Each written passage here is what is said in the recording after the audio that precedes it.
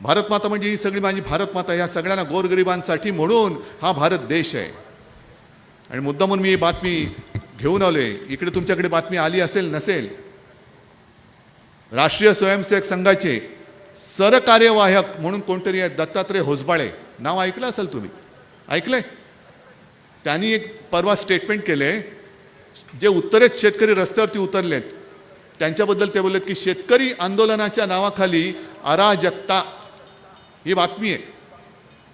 मग तुम्हाला आम्ही हमीभाव देणारच नाही, तुमचं कर्ज माफ तर आम्ही करणारच नाही, आयात निर्यात धोरण आम्ही आमच्या मर्जीप्रमाणे ठरवू, जसे आमचे उद्योगपती मित्र सांगतील तसं आम्ही ठरवू.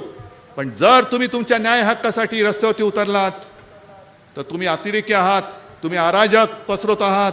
अहो होसबळे साहेब, अन्नदाता जर त्याच्या कष्टाचं दाम मागत असेल, याला जर का तुम्ही अराजकता मानत असाल तर तुमचं हिंदुत्व तुम्हाला लख लाभो असं हे तुमचं भाडोत्री हिंदुत्व, याला मी किंमत देत नाही. हे हिंदुत्व मला नाही मान्य, हे हिंदुत्व मला मान्य नाहीये.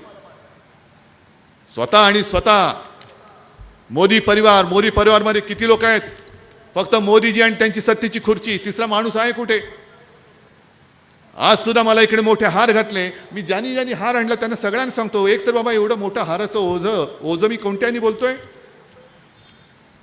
तुम्हाला वाटेल हाराचं ओझं काय? ओझं म्हणजे कसं आहे की तो नुसता फुलांचं वजन नाहीये, त्याच्यात तुमच्या भावना, विश्वास आणि अपेक्षा त्याच्यामध्ये साठवलेल्या आहेत.